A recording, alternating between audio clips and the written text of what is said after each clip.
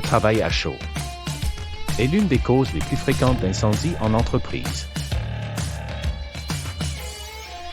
Thomas le sait, car il a malheureusement été impliqué dans un incident de ce genre lorsqu'il effectuait des travaux de soudage chez son ancien employeur. Il avait été assigné à une tâche urgente, celle de souder divers tuyaux métalliques. Cependant, par manque de temps, plusieurs étapes avaient été omises, ce qui a mené à un incident dans l'entreprise. Le premier manquement concernait le périmètre de sécurité. Puisque les appareils utilisés par Thomas produisaient des flamèches et des étincelles, le travail à chaud aurait dû être effectué dans un endroit spécialement protégé contre les incendies. Si cela n'était pas possible, il aurait été important de bien préparer la zone de travail et par le fait même, de la dégager de tout matériau combustible ou inflammable présent dans un rayon d'au moins 35 pieds.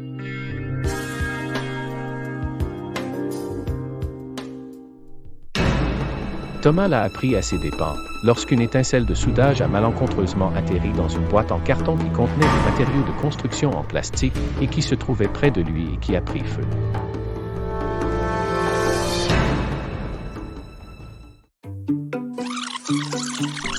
Il n'avait pas pris le temps d'identifier les risques présents dans son environnement de travail afin de mettre en place les moyens de prévention requis.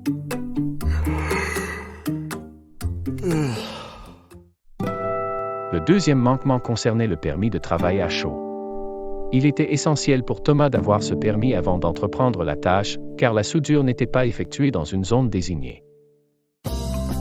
Dans ce cas-ci, une personne compétente de l'organisation aurait dû délivrer un permis pour s'assurer que les conditions de sécurité requises étaient bien respectées.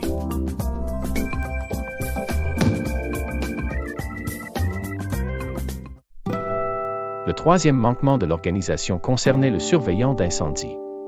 Pendant les travaux de soudage de Thomas, la présence d'un surveillant d'incendie était obligatoire, mais ce jour-là, il n'y en avait pas. Le superviseur de Thomas lui avait tout de même ordonné d'effectuer le soudage des tuyaux.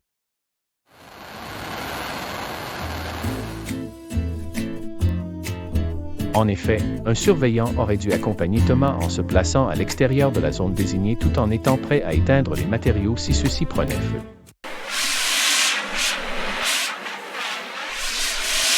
De plus, celui-ci aurait dû rester au moins 1 heure après la fin du travail pour s'assurer qu'aucun feu ne se déclare.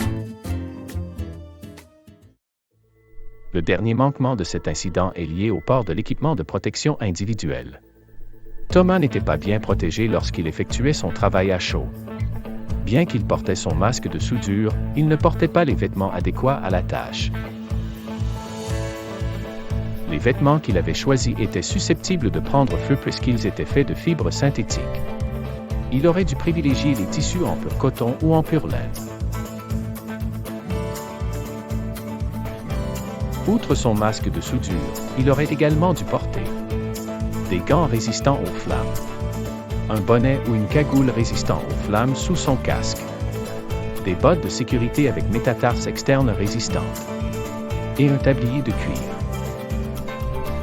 En bref, tous ces manquements auraient pu être évités si tous les membres de l'organisation avaient pris les bonnes mesures de sécurité et s'ils avaient bien été formés sur le sujet.